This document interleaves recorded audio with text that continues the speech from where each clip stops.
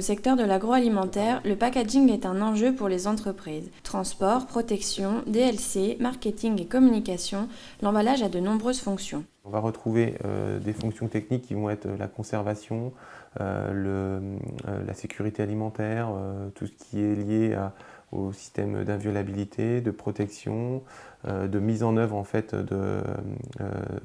du packaging.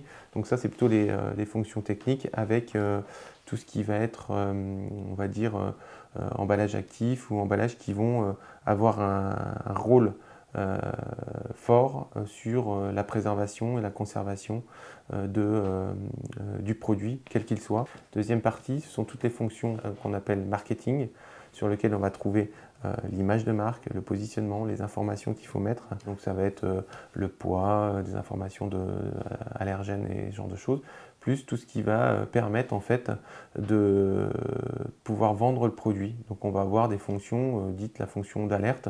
C'est une fonction qui est vraiment pour identifier du premier coup le produit dans un linéaire. Ce qu'on entend beaucoup, il y a trop d'emballage, il y a trop de... Voilà. Aujourd'hui, les entreprises, enfin la plupart des entreprises vont avoir tendance à réduire au maximum l'emballage qu'ils utilisent. Mais après, si vous voulez, on arrive à une certaine limite entre la quantité de packaging et la performance de l'emballage.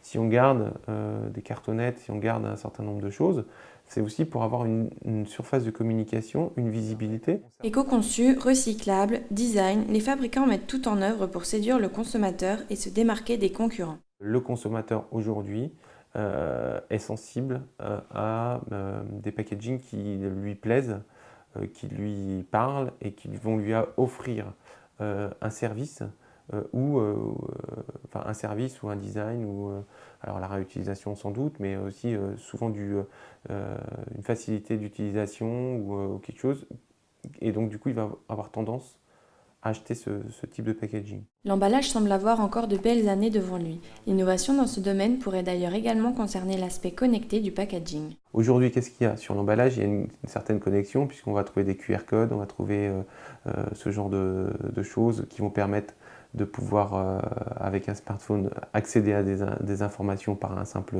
scan. Tout ce qui va être RFID, c'est-à-dire système de puces sur l'emballage qui vont renvoyer des informations, là aussi, c'est des choses qui commencent à exister. Et puis demain, oui, il y aura peut-être des emballages qui auront une connexion encore plus forte sur des systèmes qui vont être plutôt des...